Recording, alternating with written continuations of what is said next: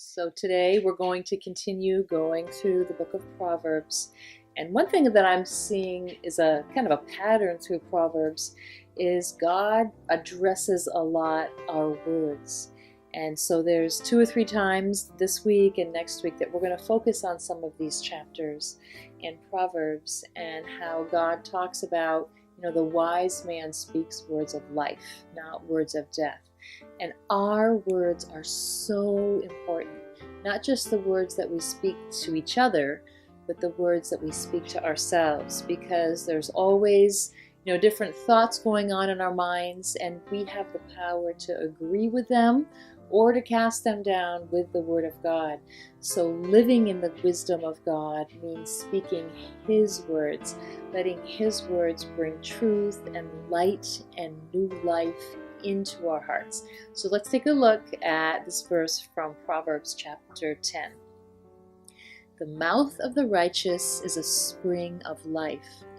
Wisdom flows from the mouth of those who do right. So whether it's righteousness we're after, whether it's living under the wisdom of God, we have to carefully choose the words that we speak. And this is one of the reasons that God really calls us to be in His Word, to speak His Word, to meditate on it. Because the more we do that, the more God's words will come forth from our mouth instead of our thoughts, our ideas, our reactions to things. Sometimes we are our own worst enemy by the way that we speak against our ability to do something, whether, I could never forgive this person. It's too hard. This person hurt me too much. I could never do that.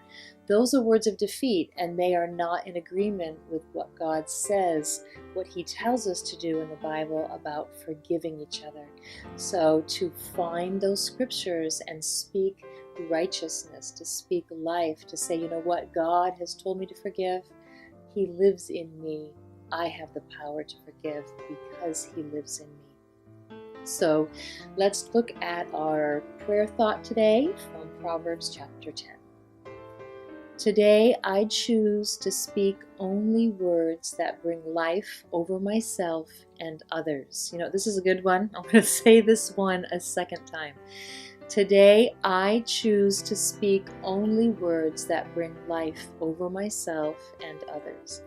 And if this is an area of your life where you feel you're challenged in, I want you to say this over yourself, not just today, not just this week. It may take a full month for you to really say this over and over again into your life so that you can be calling on the power of God to change your words to words of life and righteousness.